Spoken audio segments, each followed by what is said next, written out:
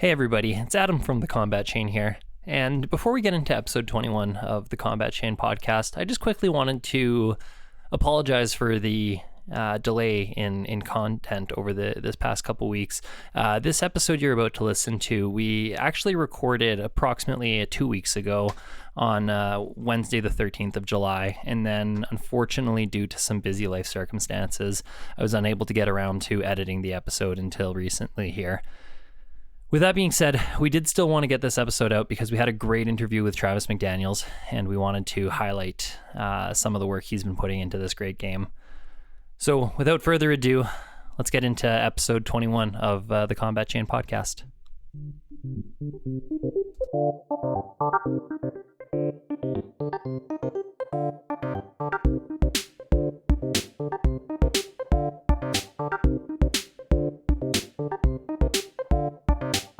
Welcome back, everybody. Today we have a special guest with us. You may have seen this person at the finals of the Realms 10K a couple of weekends ago, and just last weekend he won his classic constructed Road to Nationals on a file list that is very near and dear close to my heart. Travis McDaniels is here with us on the Combat Chain. If you don't know him, this is a good chance to get to know somebody who's on the upward trajectory in Flesh and Blood. We're happy to have Travis here. Travis, how are you doing? I'm doing well. Some nice words. I would like to think I'm on the upward trajectory in this game, but I mean, honestly, it's just it's a great game to play, and I'm glad for the success I've had so far, even if that ends up being the only one. Excellent. So no one here escapes the origin story when they come onto the Combat Chain. So we want you to tell the audience who you are and how the hell did you get here?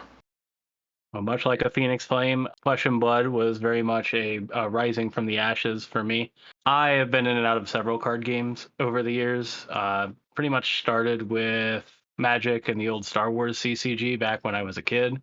Didn't really get super duper competitive until my late teenage years with Magic, but then eventually switching over to Android Netrunner when that came out for Fantasy Flight games. And that put me on a big LCG trek, so to speak.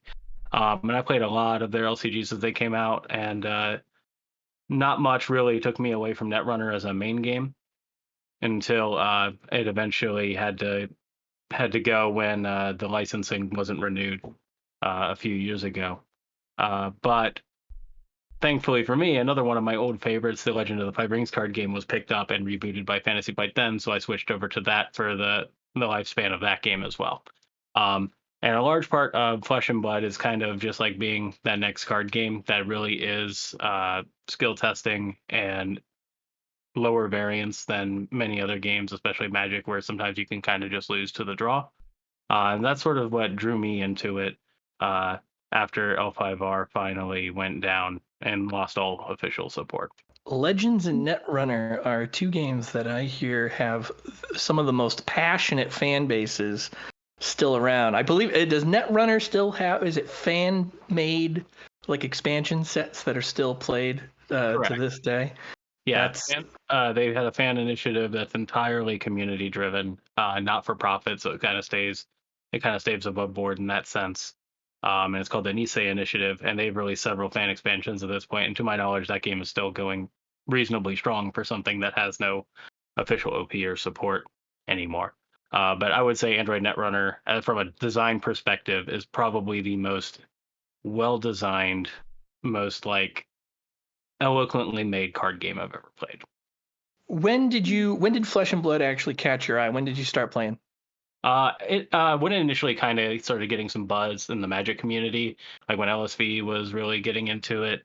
I think this was right around the time of Arcane Rising. It might have been Crucible, but I think it was a little before Crucible came out, maybe when it was announced. And I jumped into the game and played a few rounds of it on Tabletop Simulator. And I thought it was like a very reasonably enjoyable game. I could tell that there was like a lot of key decisions. I liked that, similar to some of the FFG games I'd enjoyed, cards could be used in many different ways. They weren't just like one note, like a card can only be a land in Magic, a card can only be an instant, etc. I liked that everything was sort of modal and you had some flexibility with how you chose to play out your hand. So then I went and I was like, yeah, let's see like what a good competitive deck costs. And I looked up Glint Glint the Quicksilver, I believe, and that card was like an $80 card. And I was like, all right, well, we'll wait on this one, see if that ends up being worthwhile. Yeah. And then I didn't actually fully commit to the game until Tales of Aria, and that was because I play the Arkham Horror LCG as well, which is a cooperative card game deck builder. Think like Slay the Spire if you're familiar with that, but cooperative and played in person, where you upgrade your decks over time and you play through a campaign. But some of my friends in that had said, "Oh yeah, we're going to like the new Flesh and Blood pre-release." And I was like, "Oh wait, is that game like still really expensive?" And they're like, "No, it's kind of evened out. It's kind of toned down." And I'm like, "Sure." So we went and we played, and then the rest is history. I watched the U.S. Nats in November to sort of like get in tune with like what like a really strong play pattern looks like, and uh, from there it's been nonstop. I've played this game almost daily since then. Safe to say that it is your primary game at the moment? It's my primary everything right now. I don't think I've touched a video game since I've started playing this game, actually. I did play Elden Ring for a little bit, but like, yeah, this has been my primary hobby for a while. I think this game is phenomenal. I relate to that so hard. Yep. Yeah, right. We're just like, what do we want to do with our time in Flesh and Blood? All right, let's do more about Flesh and Blood. How about we do content? I mean, Pat, I spend a lot of time in not just the Arsenal Pass Discord, but several other Discords as well. So if I'm not playing Flesh and Blood, I'm often talking about Flesh and Blood. Absolutely, and you are very much a prominent member of the online community. You have really come into form as one of the prominent resources, very much in the Arsenal Pass Discord, but around. I feel like you are constantly producing deck lists here that a lot of people are using as starting points for their game. I shamelessly hijacked your file list for Road to Nationals. I have it right next to me. I have passed it on to a friend of mine, in fact, that in our test server took it to second place, and with me just reading your notes, his notes, and kind of advising him through. So Matt G got second. Matt G, congratulations on that. But even before the file list, you're really prolific in your deck building and your willingness to be transparent with the community and really help people through these processes here. It's a testament to your stance in the community. Talk a little more about that. You are so prolific on your deck building. How are you going about testing and producing these lists and making them into competitive lists? So I think a good place to start with any deck is to have an idea of what the deck wants to do. And not just in terms of like, I want to do 40 damage to my opponent as quickly as possible, right? So the initial sort of route for the file list was I looked at all of the cards in Uprising and I said, so there seems to be like some good payoffs for some volcanic chain links. Tome of the Firebrand looks pretty strong, because it's a 1-cost draw 2. If like you ignored the restriction, that card would be ubiquitous in every deck, right? So let's see like how hard it is to fulfill that restriction, and that sort of led me down trying to make multiple draconic chain links as efficiently as possible. And the easiest way to do that would be like 2 0-cost attacks, pitching a blue to swing the sword, pick up the flame, and then you have the 1 resource floating on the blue to play the tome. So you can do it off of you can play the tome off of just a 4-card hand that has 2 0-cost attacks and a blue. And that sort of like developed a play pattern. And ultimately, sadly, we did sort of reach the point where we cut the tome from the deck because it turned out that just attacking your opponent a bunch and forcing them to play around Mask of Momentum and other on-hit triggers was enough to just sort of out-tempo most other decks, at least at a baseline level. Whether or not you think the deck is good into like other aggressive decks like Briar and Viserai is sort of up to debate. But I think it has definitely become one of the premier aggro decks. And it's sort of just like, I'm a very fundamentalist player. More importantly, I think my style of play is very much tempo driven. I like forcing my opponent to react to me. So I like decks that just don't let up. And so like when you're including cards that are maybe more like heavily synergistic and require very specific lines or can be awkward without like a very specific setup, I tend to not really value those unless they end up being like a massive payoff. Yeah, I can't agree more with that. I think one of the things that drew me to your list is in testing.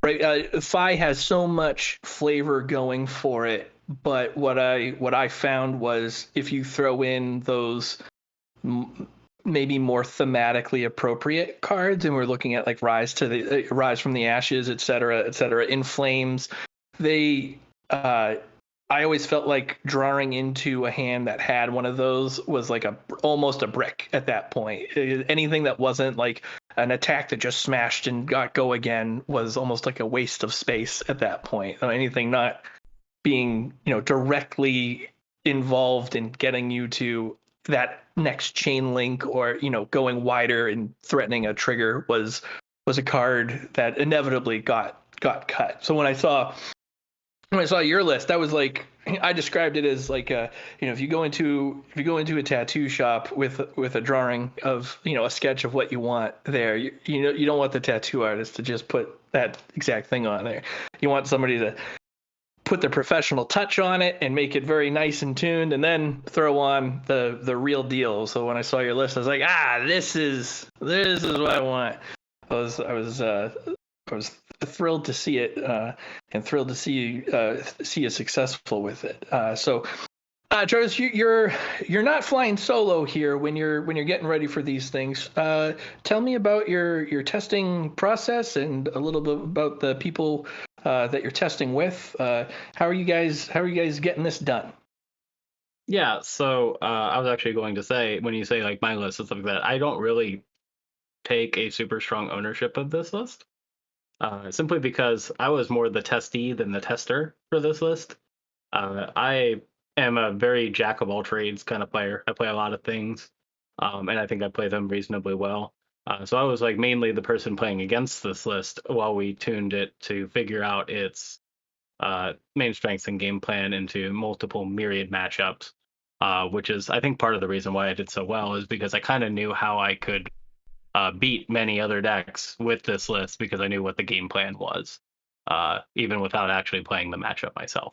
But as far as like teams go, officially I'm a free agent, but I have a number of connections and people that either have helped me get into this game, or that I have actually personally brought into this game from other communities, namely L5R.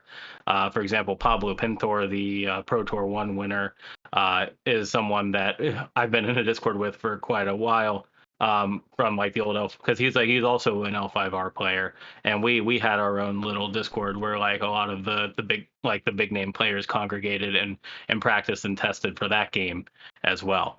And then like the chainless he'd brought was one that we were working on at that time. But as far as like the big shout outs, I think well deserving of this list, and I put it in my write out, are Anil Seethram. He's known as Mind's Desire online and on Twitter. You'll definitely see him around. He pops up into some of the channels on the main Discord. And Will Harrison, and his handle is just W Harrison. I believe Will Harrison, congratulations to him, also just got announced to be on the same team as Jason Lai in New Zealand. So I think that's awesome for him to have seen a lot of, like, for someone as well around as that to have seen his success and say, hey, I want you on my team, because it's well deserved, because he's a phenomenal player. And they're the ones who really just like tune this list down. My only major contribution to this list was the foundation, I think, of like just like not really doing cute stuff and just seeing like how effectively we can make a big combat chain with Toma Toma the Firebrand. And then the day before, we were originally on 2 Snatch and 2 Lava Burst, and I said, why would I ever want a second Snatch? I'm gonna run 3 Lava Burst and 1 Snatch. And so that last second tweak, I will gladly take ownership of, because I think that was like definitely the right call. Several people would agree. That was it seemed like a minor tweak, but it was big. And when I actually saw that change happen, I was like, oh, there it is. All right, cool. So before the Road to Nationals, you participated in I'm gonna get their name screwy here. The Realms Games 10K. The Realm Game 10K.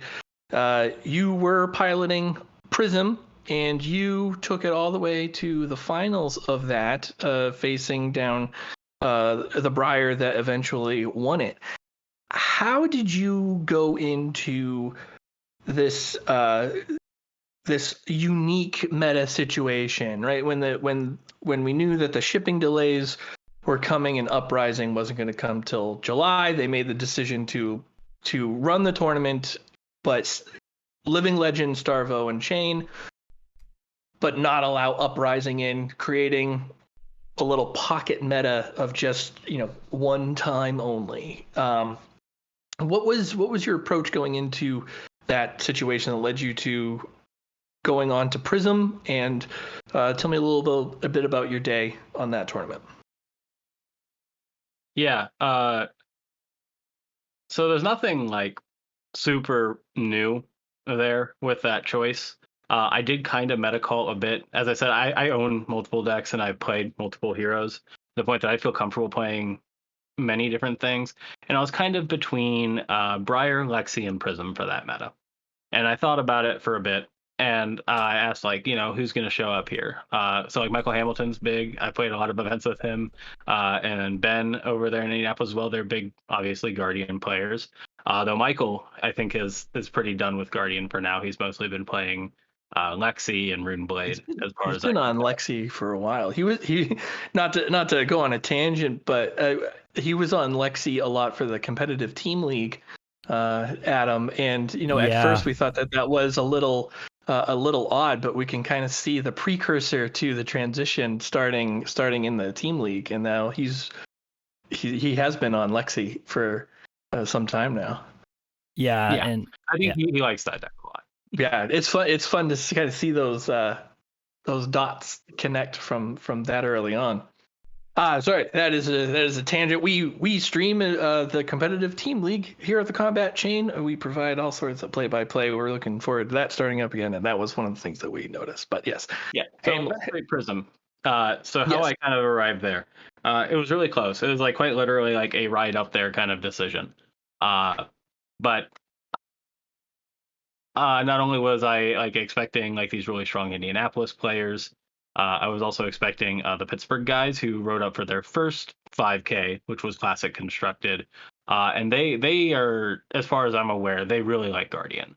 I'm talking Charles Dunn and Pat Eschke, which are names that have made top eights, and they've been on top of most major events that I've seen them at. As far as I'm aware, I don't think I've ever seen them play anything except for Starvo, and sure enough, they were playing Guardian in this event as well. So that helped a little bit, knowing that some of the better players were going to be on Guardian, but also I think as far as the meta call was going, many people expected Briar to be the deck, and the counter to that deck would be Guardian, right? It would be Oldhim or maybe Bravo and an aggressive variant. And so I felt that if I could get myself super comfortable in the Briar matchup, even if it's still unfavored, if I could get it to a 45-55, or I could feel like I could navigate that matchup better than Briars, who maybe didn't have as much practice in the Prism. They just sort of relied on the favored matchup to get them there, but they didn't really work with the nuanced interactions of the matchup and know how Prism can win that matchup. That I would sort of fall back on my experience there. Just jamming lots of games with Prism over the years. Plus, the ultimate decider was that I won the 5K that they had run previously with Prism, so I was going to run it back. Basically, was the choice. Prism got me there the first time. Prism could get me there the second time. So going into last weekend, you had two RTNs. You had the CC and you had the draft. Tell me a little bit about your weekend here and Road to Nationals. Yeah. So the CC event, I had a big write-up. I'm not going to go through it all, but I would highly recommend checking it out. It's on the FabDB link, or we can find it linked around we'll link in it a few places. Yep, we'll put those in the show notes. But I did a really nice, while it was still fresh, the night of, as soon as I got home, I started typing out my memories of how the day went and how each round went, and sort of my insights into the matchup and how I adapted the deck. But for the most part, I was very pleased with that CC event because I felt like I could have won and just straight up swept that event going 8-0. I did lose one game to my friend Ryan, who's another Cincinnati native, on Oldham. And I think after talking it through with Anil, who was, again, another one of my testing partners for the deck, I could have taken a different Art of War line that was maybe a little riskier, but not so much so that it would have been like provably worse. And like definitely had the potential to be a much higher ceiling. And I ended up losing that game with him on 3 life. So like it ends up probably getting me there if I go that route instead. So it's just like it was just like a simple choice of what to banish with Art of War, and I picked I think like the second best choice instead of the first best choice, and that's just coming from lack of experience in the matchup and lack of experience with the deck from the pilot perspective. As far as draft goes, drafting the set's fine. I am not super high on it. I think Arya was overall more fun to draft. The one thing the set does have going for it, though, is the limited gameplay in and of itself, I think, is the best of any limited set I've played in this game. I think it's better than Welcome to Wraith limited play in terms of value trading and resource efficiency and things like that. But as far as the draft experience goes, I don't like how it seems like you have to very much like commit to a lane early. Pivoting is not really a thing at all, unless you get like really lucky and you find like a bunch of generic poppers in your first 2 or 3 picks. So you have to like kind of like pick your lane, stick to it, and commit, and hope that you picked right and you read generally what the rest of the table is on. And then from there, like the draft becomes very boring because once you commit to a lane, it's just like, okay, what do I need? I need still some more blues, so I'll pick up this good blue. I need just more gas. I'll just pick the best card in the pack for my deck. So it kind of isn't as exciting as it could be, but it's totally fine. I don't hate drafting this set. I just wish that it was a little more flexible. And I think having only 14 cards per pack and the packs being very insular with like the pools not really having a lot of crossover between the 3 heroes does hurt it. Are you a constructed player or a limited player first? I'm a both player, but probably constructed. Check one in Pat's box for being limited before, CC before finally, constructed before limited. Get a constructed guy on We're here. We're starting to run a tally on the show of are we? I'm on team limited and Pat's on team constructed, and nice.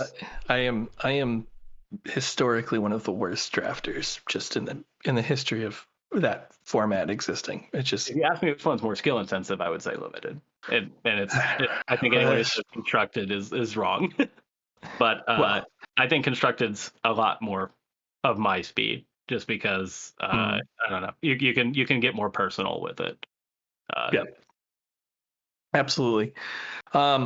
So, given your success in this first week here, give me your impression of what the landscape is looking like right now. It does appear to be pretty wide open with a couple things rough around the edges here, but what are you seeing in Classic Constructed coming into these next few weeks in Road to National season? People are going to hate me for saying it, but I think it's just the truth. I think Runeblade, obviously, very, very strong. I would probably, if you like put a gun to my head and tell me to like tell you what deck to bring the Pro Tour right now, I would say Viserai. I think Viserai is the most well-rounded deck. I think with the rotation of Chain and Starvo out, the overall power ceiling of the game is lowered just enough that like Viserai and Briar, though I don't like Briar as much, have like a very good flexible game plan and the ability, like Runeblade just has such a toolkit to attack many different things. But obviously I think the meta right now is just like everyone's talking about it. It's like very wide open.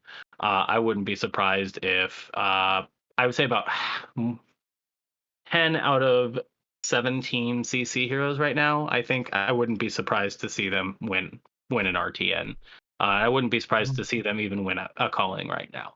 I think there's only about 7 heroes I think are quite there right now. But like I think like the best ones are obviously going to be like Briar, Viserai, Oldham. I think Aggro Bravo is just not being talked about right now, and I think that deck is so good.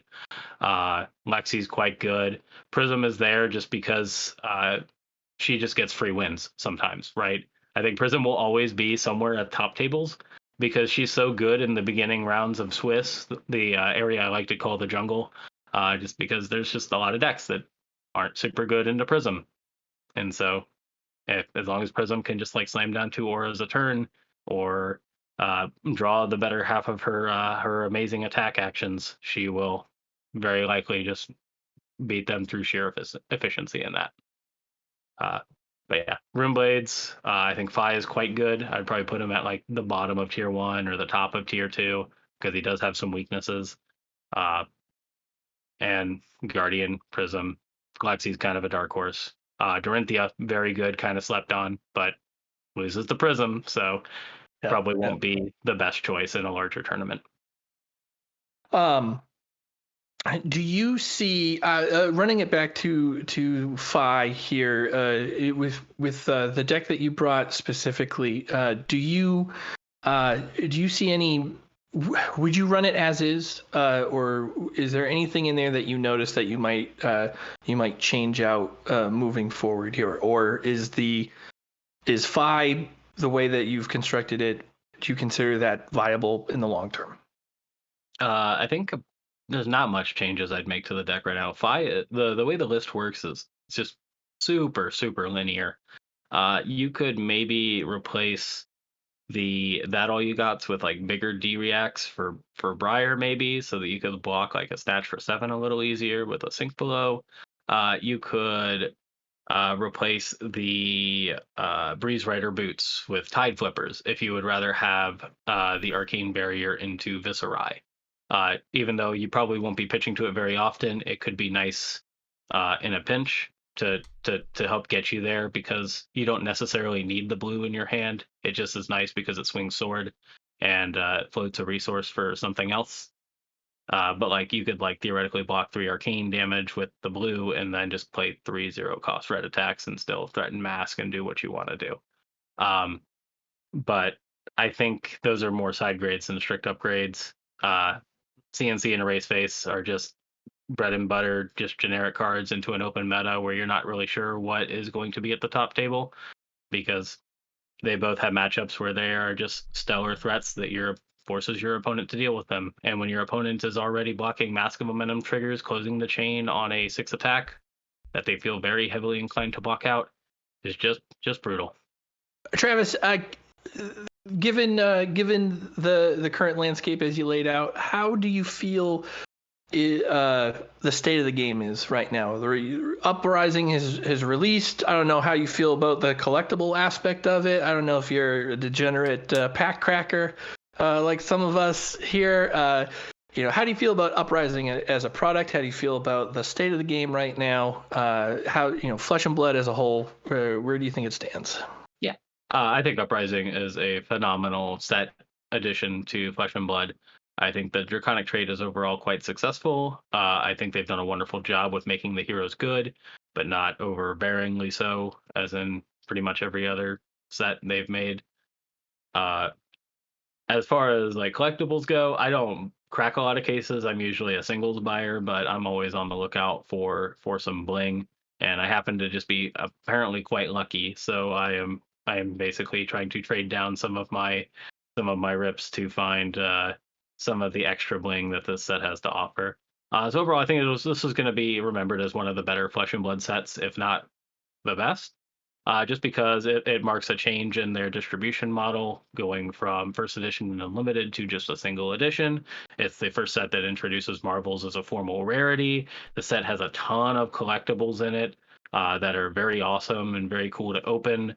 So I think like there's no like I have everything I need from this set. I don't really feel like opening any more kind of limit to it. You always have like those moments, even if like you've got all of like the cards you theoretically need to play the set, you'll still like be really happy to open up a Marvel or open up a cold foil going forward. So I think it's probably going to be one of their most successful sets ever. And the draft is still quite fun. Even though I don't think it's the best compared to previous sets they've done. Going off of that comments about the bling there. There has been recent controversy about people with foil cards in their deck and judge calls leading to game and match losses, and kind of judge calls in general. What has been your experience in the last couple weeks here in terms of deck checks, the judging in Flesh and Blood? Have you run into anything of note there, or has it been smooth sailing in your eyes? Personally have not run into issues. However, many people I know have. There were two game losses given out at the Rum Games 10K by the judges there, and I'm not saying they made the wrong call or anything like that, but these were essentially random deck checks, and those two game losses were both I would consider like on the same level of teammates of mine from the Ohio region, Brian from Cincinnati and Matt Coles from Dayton. Which Zach Bunn put out a tweet about Matt Coles' situation as well, which caused a lot of controversy. But I just think like they had game losses given to them because they had just like a foil in their deck that happened to be like, I know for in the case of Matt Coles, it was, I think, a Gorganian Tome. And the same with Brian, it was also a Gorganian Tome, but Matt's was foil and Brian's wasn't. So like, but the judges claimed that they could cut to the tome pretty much every time, and they were issued a game loss. But then you get to the top 8, and they did a top 8 deck check, and I think 5 out of 8 of the top 8, myself included, had to swap out cards because they were cuttable too. So it's just rough to think that if like any of us had gotten a random deck check at any point during the tournament, we would have just been issued a game loss, and that just like ends your tournament run, right? And it's seemingly random kind of policy. I just think, and I've passed this feedback to the judges, and they took it very well, which I thank them for, especially Bree. Bree, you ran an awesome tournament. Thank you for all you did. But I think that just simply, it's just too punitive. This should just be a warning, swap out the cards, and move on with your day, play the game. I think just getting a game loss because you included a rainbow foil in your deck that, as they do, bulges out just slightly more and may cause it to be cuttable too is tough. And I think setting an expectation of either not running any foils at all is not the way to go. And also the expectation of we'll just run it by the head judge before the event is also not realistic, because then, you know, every single event, what happens at a calling with several hundred players, when the head judge just basically has to check hundreds of decks, right? To figure out if they are fine to play. I think that's just kind of unrealistic and logistically difficult. So I think the best course of action is, if you're going to do random deck checks, you've got to just make it a reasonable solution, right? And I think a game loss is way too harsh, especially without any other indicator of malicious intent or cheating. Speaking of malicious and miserable things, you have Belittle in your FI list. And it feels like so doesn't half the game here. I was thrilled to see Isaac Crute with his Viscerai build with 0 belittles. I did hear him compare it directly to Starvo, though, which made me sad on the other side of things. But belittle so much.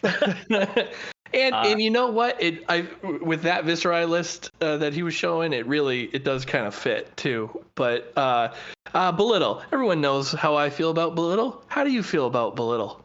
You see, when you gave me free reign to add this to the show notes, I kind of laid a trap for you, because I listened to your podcast this morning, the last episode you guys did, where you had mentioned that you think Belittle is ban worthy, and I'm here to give a contrarian opinion, where I think the card is fine.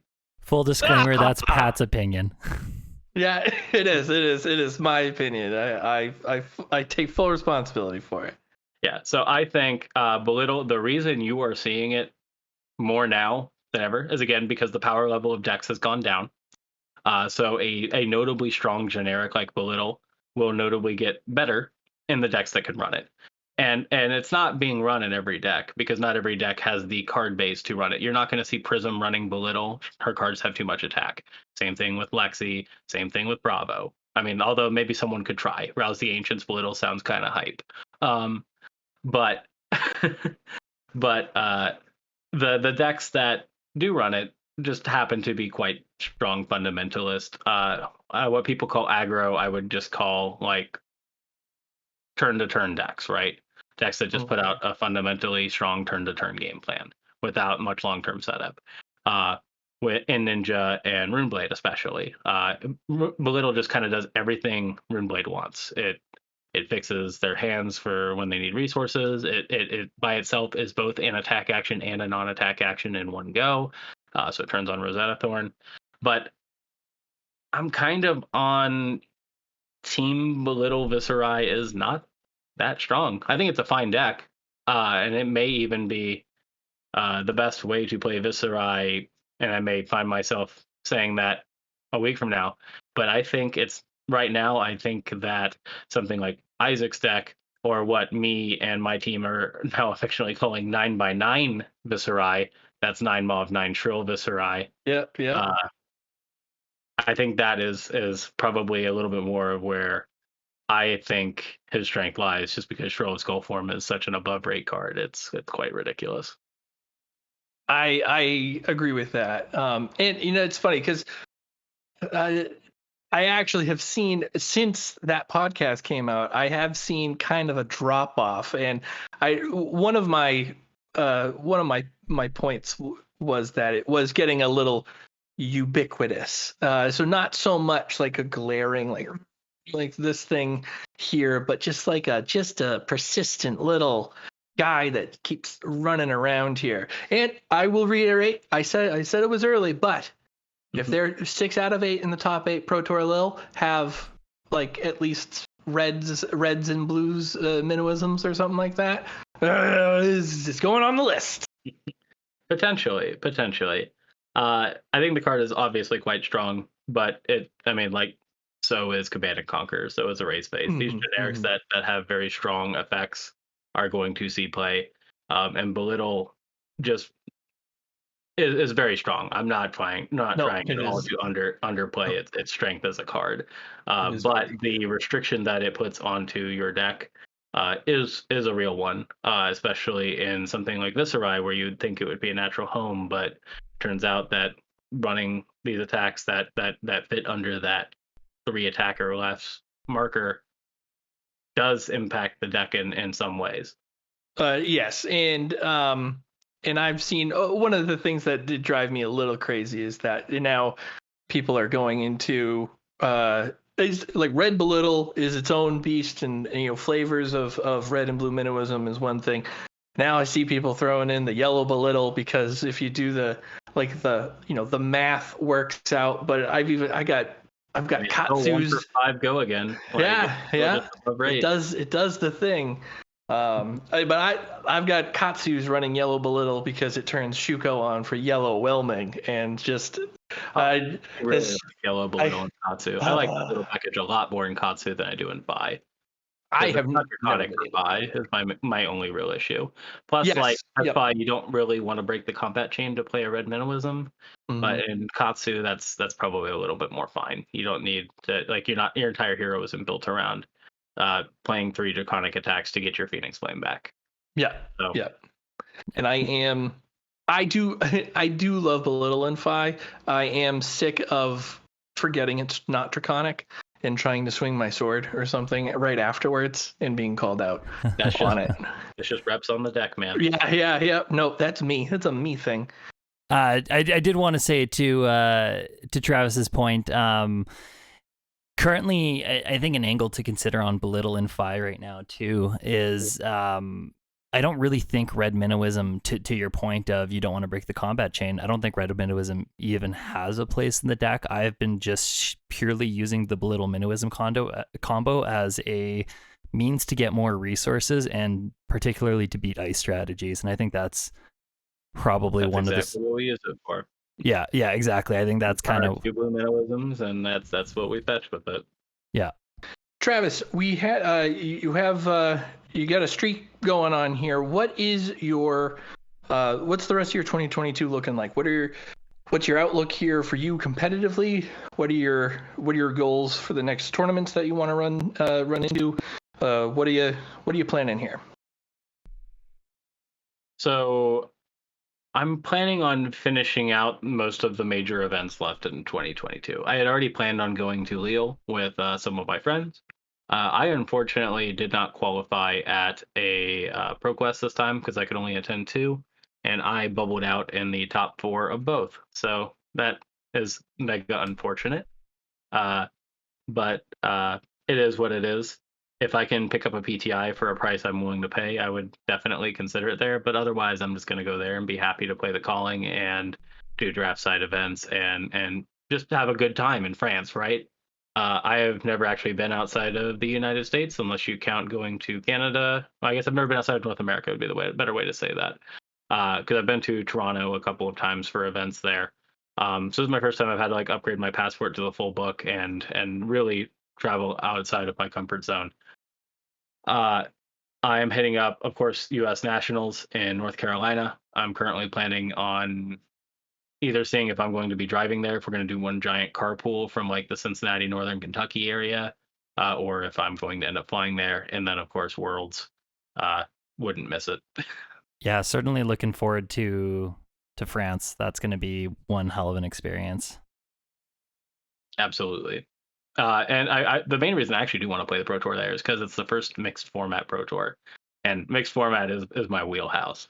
That's pretty spicy as well. And Yeah. good at CC, like it's so nice. You can even run like weirder CC decks, like Dorinthia, that maybe have bigger Achilles heels that you wouldn't run in a full CC event because you can cover up like the one or two Prism games you'll run into with strong draft fundamentals. Like if you just feel like you're a fundamentally strong drafter, you can play a more niche counter hero to the meta. Yeah, for sure. I think the meta will be super interesting there. It definitely is. Seems like it is fleshing out to be pretty diverse. So mixed format would be kind of like your preferred. If everything could be mixed, would you like it that way, constructed? And I would play if every calling was like half draft, half CC, I would be all over that. But otherwise, like full CC or full draft are also fine. I just don't really touch the Blitz format. If you like it, it's your thing. That's cool. It's just not for me. I'm the non-limited and blitz only guy. Yeah, that's who I am. Yes, it's not working out. Have you gotten a chance? Did you play in the so after the 10K there was the team sealed event? Did you get an opportunity to play in that? Absolutely. How what are your thoughts on team events as a whole? And team events are hype. Team events are hype as heck. Like I would pretty much always be down for a team event of some kind. Even team blitz, dare I say. But I think team sealed is probably the best way to go about a team event.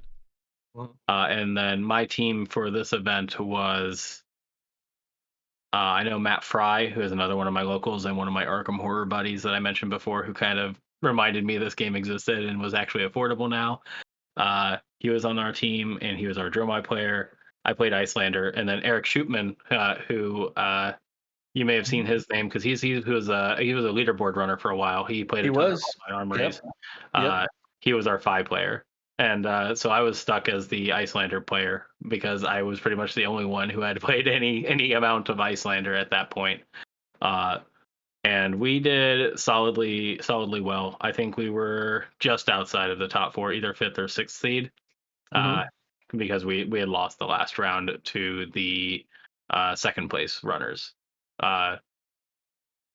So it was a tight run. I feel like our decks were pretty okay.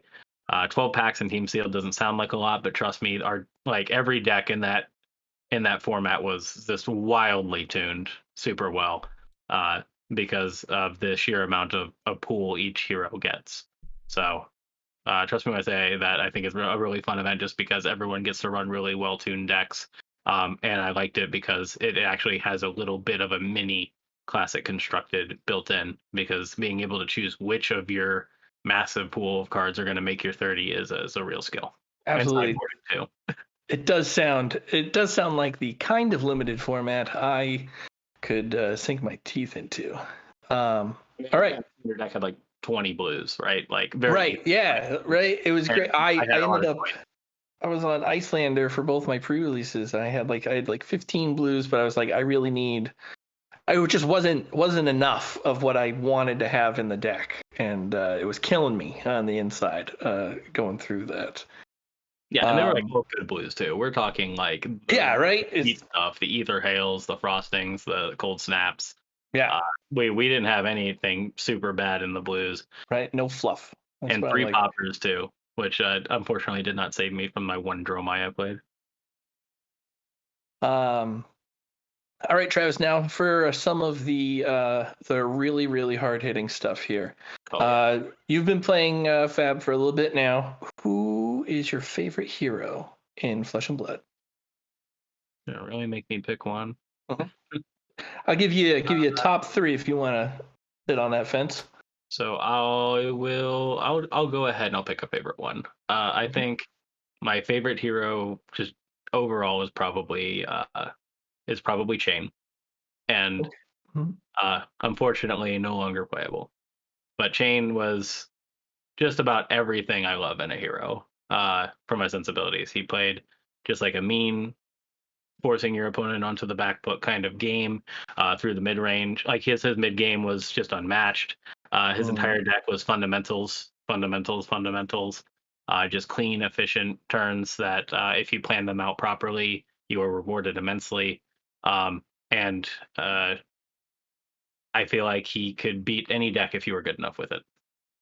Quite well. Have you tried Young Chain in CC? That's not good. Have you? No. All right. 20 life is a very real downside. Yeah. Because even if you have a monster turn, like your opponent's like, okay, take. Yeah, right. I'm still alive. I can kill you again. Yeah, if you're not doing like 50 damage turns with Young Chain, which you won't, there's no way that deck will be seriously viable. Much to my chagrin. But I guess like of the legal heroes right now, I'd say I'm vibing the most with Icelander. Excellent. What about Icelander? Do you like? Forces my opponent to sort of respect my game plan a bit. I'm very much a player that likes throwing my opponent off tempo and taking it myself. I feel like she's pretty strong, but has some weaknesses to the point that I wouldn't consider her one of the top heroes. But just being able to sort of like control the tempo and the flow of a game, the risk versus reward of when to play your blue from Arsenal, because I think a lot of people when they first try that hero, they're just playing it at the first opportunity and giving your opponent a frostbite, when letting your opponent play out 2 cards, then giving them a frostbite, it could disrupt their turn much more, because they're operating on you're operating on more information and they're operating on fewer options to play around that frostbite, because at that point they now have fewer cards in hand. So I think she's very rewarding and very fun to play well. Excellent. Favorite hero? What is your favorite? If you had to pick a favorite card, what is close to your heart here in terms of individual cards? You really are just giving me the hard hitters. Yeah, you really got to think about it. Yeah, probably. I got 2. It's either Art of War or Become the Arc Knight. Those are good cards. Yeah, Art of War. They're again kind of speaking to the flexible kind of game plan I prefer. They're the most flexible cards in the game. Art of War has done nothing but gone up in my books as probably one of the best flexible cards in the game, because it just does so much for you. And if you're able to run Tunic and any sort of like multi-attack game plan, I don't know why you wouldn't run Art of War. That's fair. Do you so you would disagree to some of the people that have called for Become the Arc Knight to be banned or have stated that the tutor effect for Viscerai was a mistake?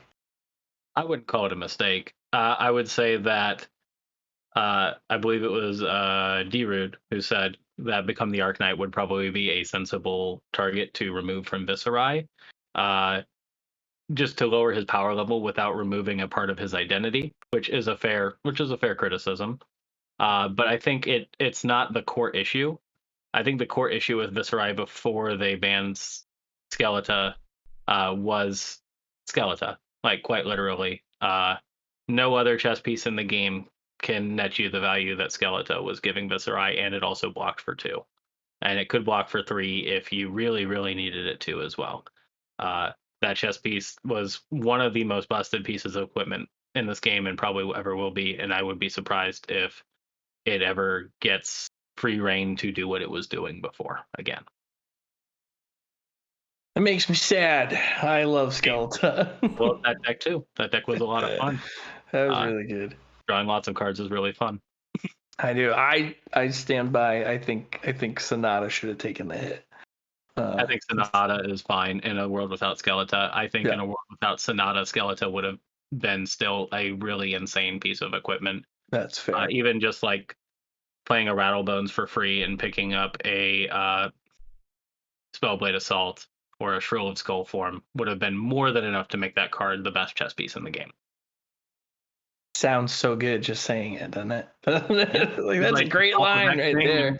Play Rattlebones into swarming, and hey, man, you're zooming. Absolutely. You didn't even have to pitch a blue for it. We talked about how much time you spend on Fab. What are you doing these days outside of Flesh and Blood? So I predominantly, if I'm not doing anything Flesh and Blood, I'm either working or I'm taking care of my dogs in my house. I work at a computer chain in the United States that's actually fairly well known. Most people who have one near them probably are really happy to. It's called Micro Center. And I'm a manager at the Micro Center here in Sharonville, just north of Cincinnati, Ohio. There are 25 of us across the nation, and computers and building PCs is a side hobby of mine that I've had since I was a kid. So that's one. That's like my fun fact, my hidden fact. All right. But other than that, I've lately just been on the grind with Flesh and Blood and trying to get through the Fab Fitness Challenge and generally be a better person by the end of it. How is that going for you? Pretty well, actually. I set some clear goals for myself and stuck by them pretty much. I wanted to really focus on well, I think like every good goal should be like attainable and measurable, right? So I set some very rigid standards for what I wanted to do.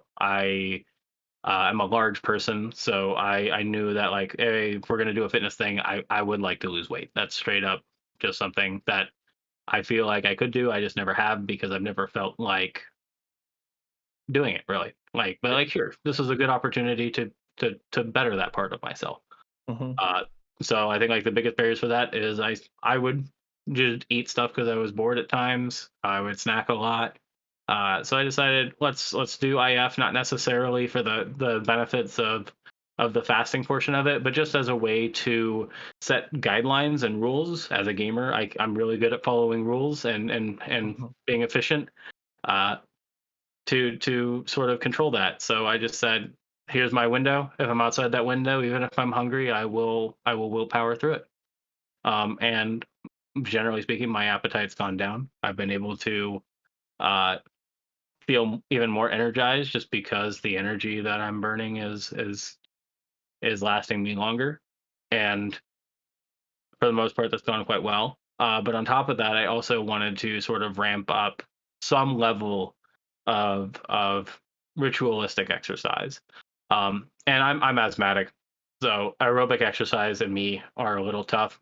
I do try, but I'd rather not die for it. But slow burn exercises, things like swimming and biking and walking or even jogging, if it's not too rough, are things I can definitely do. So I committed to 1 hour of one of those activities 3 times a day, ramping up to starting the week after next 5 times a week. So at some point during my day, I'll find an hour to go out on a walk. My dogs have been loving it. Or I will go out and I will just swim laps in my admittedly small backyard pool, but that doesn't matter. It's still enough to get the reps in. So I mean, overall, I've been able to do what I've set out to do. I'm very happy with the progress I've made. I'm down 5 pounds since starting, so Excellent. we're just all up from here. Congratulations. Thank you. Admittedly, sorry you two, but I really shit the bed on the Fab Fitness Challenge. It is not.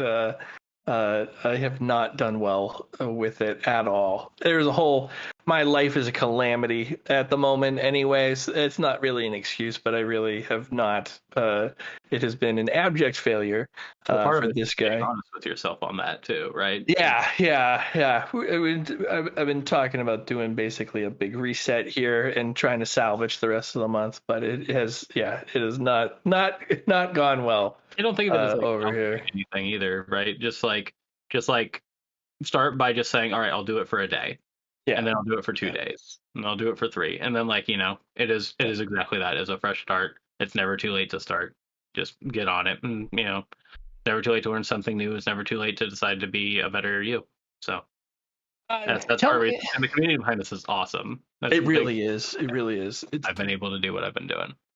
I've loved this community before, and it feels it's been kind of a running joke, especially when I'm trolling under the Combat Chain Twitter. But it feels so much like it's such a positive place. It feels like a cult, right? Like if you're coming from, I come from, no offense to the Magic grinders of the world there, but if you're coming from Magic into Flesh and Blood, there's a lot of cynicism coming from the Magic side, because you're like, I don't trust that people are this nice. It's like, you know what?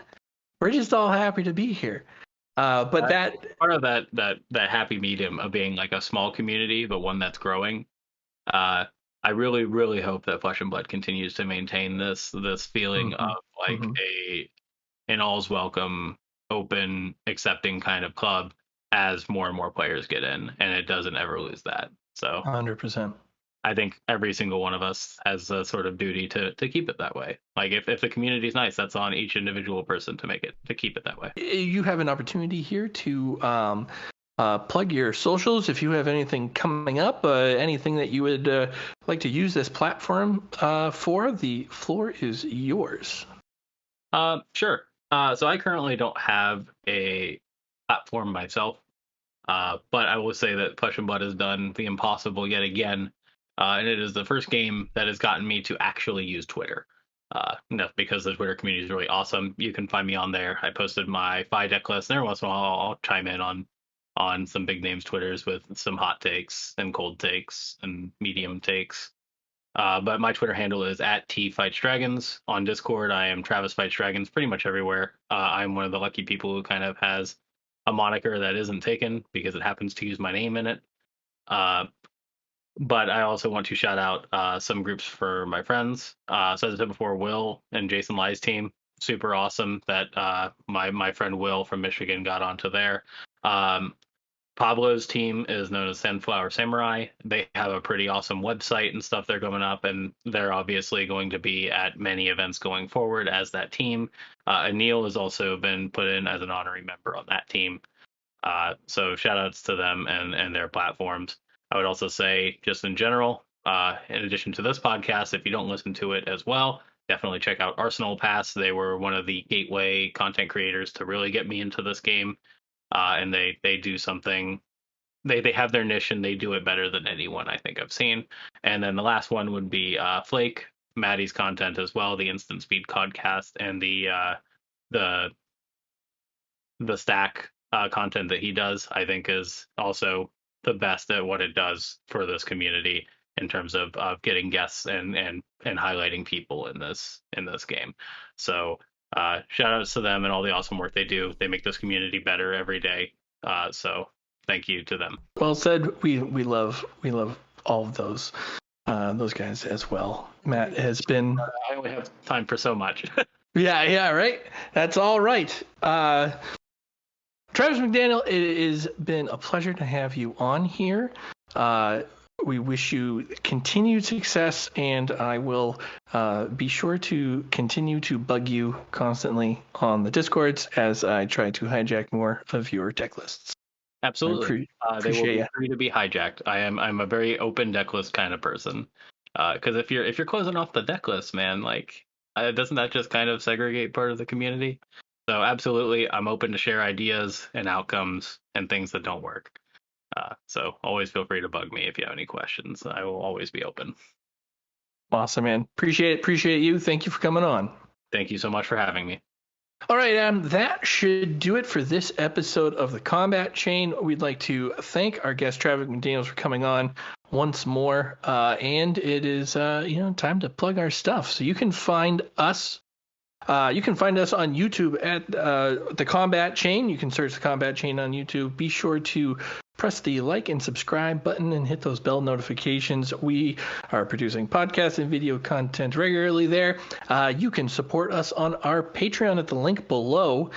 We have a single tier there for those who choose to support us. Every little bit helps, keeps the lights on here in the Combat Chain.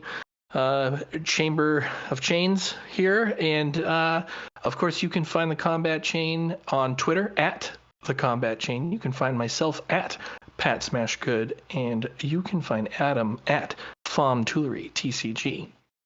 And I think that's gonna do it here. So until next week, We're closing the combat chain.